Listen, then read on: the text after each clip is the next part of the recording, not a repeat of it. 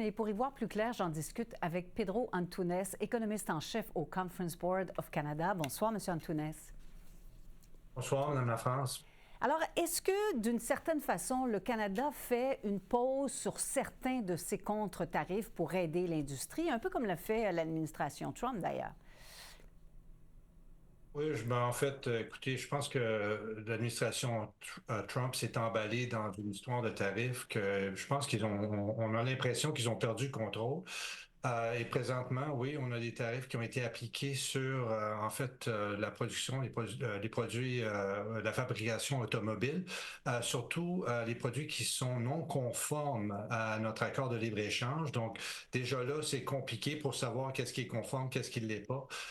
Et là, on entend qu'il y a un allègement là, au niveau de certains même de ces tarifs que certains produits vont pouvoir passer.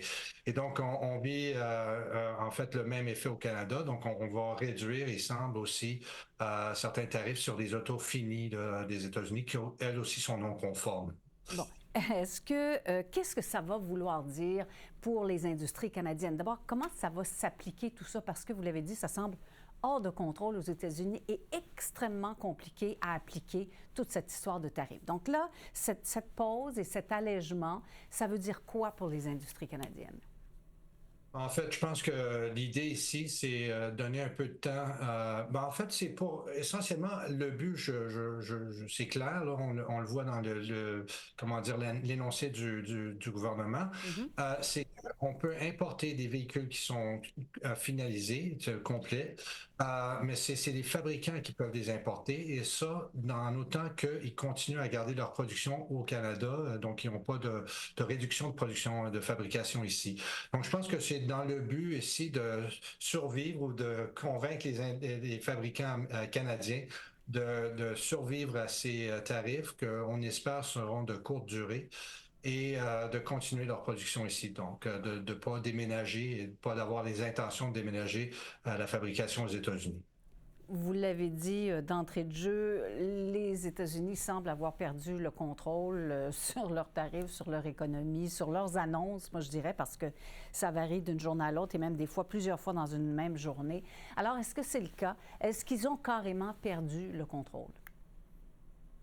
Écoutez, on semble que oui, parce que ce qu'on a vu dans les derniers jours, en fait, la semaine passée, a entendu cet énoncé sur les tarifs de la journée de libération, si vous voulez, et quelques jours plus tard, on a vu non seulement les marchés boursiers à la baisse, mais aussi les obligations, le coût des obligations américaines à la hausse. Donc, dans un sens, dans une situation où on s'attend à une crise économique, généralement, les taux d'intérêt sont à la baisse. Et aussi, la valeur du dollar américain a baissé. Donc, une fuite de capital. Je pense que ça a rendu une panique là, au niveau, on l'a pas entendu nécessairement de leur bouche, mais c'est sûr que les choses vont très mal ici. Et l'impact d'une guerre tarifaire que les États-Unis entreprennent présentement, ce n'est pas juste contre le Canada et le Mexique et la Chine. Maintenant, c'est vis-à-vis de le monde entier. Et donc, c'est très néfaste pour l'économie américaine elle-même. C'est une situation vraiment difficile à comprendre. Et bien sûr, le Canada se fait entraîner dans toute cette situation-là. Si ça va mal aux États-Unis, ça va mal dans le monde. Et on est un partenaire très proche, bien sûr. Donc, ça va mal ici aussi. Oui, et pendant ce temps-là, il y a une guerre tarifaire qui se dessine entre les États-Unis et la Chine. C'est pas simple tout ça. Un mot sur l'inflation ici, inflation qui a reculé à 2,3 % en mars. Ça s'explique en partie par la baisse du prix de l'essence. Est-ce que c'est mieux que ce à quoi on s'attendait? Oui, en fait, parce que il y a eu la taxe de vente fédérale qui a été éliminée là, au mois de mars, donc on s'attendait à avoir une inflation un peu plus forte, mais effectivement, c'était des bonnes nouvelles. C'est toujours le cas qu'on a beaucoup de volatilité associée au prix du pétrole et au prix de la gasoline pour les consommateurs. Il y a aussi certaines autres, dans le tourisme par exemple, on a vu une baisse à ce niveau-là.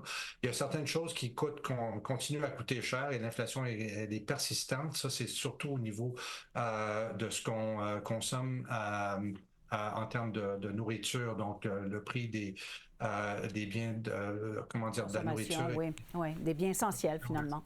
Oui, et ça, on le voit. tous les jours. Comment risquent de se comporter les consommateurs à court terme dans ce contexte-là? Donc, baisse de l'inflation, mais quand même les produits de consommation courante dont le prix reste très élevé. Est-ce que les consommateurs, la confiance des consommateurs va continuer à baisser, vous pensez? Ben, c'est un très bon point. En fait, on n'a pas discuté, mais il y a l'effet des tarifs, il y a l'effet sur l'économie mondiale, il y a l'inquiétude que vivent les investisseurs et les entreprises au niveau de l'investissement privé, mais aussi au niveau de la création d'emplois. Et je pense que ça se retrouve dans ces indicateurs-là qu'on a au niveau de la confiance des entreprises, qui est très basse, en fait, à des niveaux de récession, à des niveaux qu'on a vécu pendant la pandémie. Et pour les consommateurs, on a un indice comment dire, de confiance des consommateurs. Le niveau qu'on a enregistré au mois de mars était le plus faible qu'on a jamais vécu, même pendant la pandémie. Donc, c'est sûr que les gens retiennent, sont très inquiets.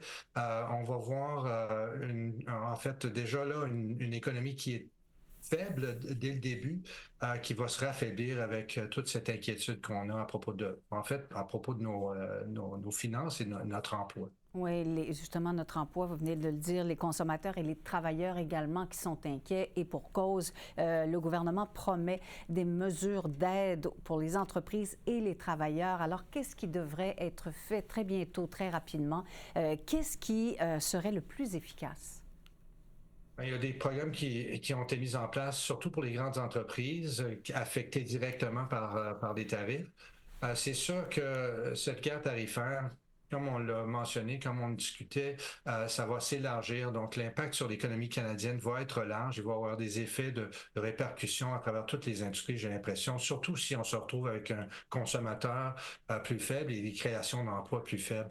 Que faire? C'est difficile, mais c'est sûr qu'on a l'assurance d'emploi au Canada, qui est un système quand même très bon et qui s'effectue immédiatement. Et c'est sûr qu'au fédéral, depuis la pandémie, on a vu plusieurs programmes qui ont été mis en place rapidement. Donc, il y a comment dire, il y a certainement, si on voit que l'économie est en train de souffrir, il y a certainement de la place là, pour mettre en place d'autres programmes. On a été critique de certains programmes pendant la pandémie, mais on peut au moins se féliciter d'avoir mis en place des programmes très rapidement au niveau du service d'administration publique. Donc, attendons de voir ce qui est nécessaire et à quel point que l'économie va souffrir ici. Effectivement. Merci, M. Antunes, d'avoir répondu à nos questions. Ça m'a fait plaisir. Merci.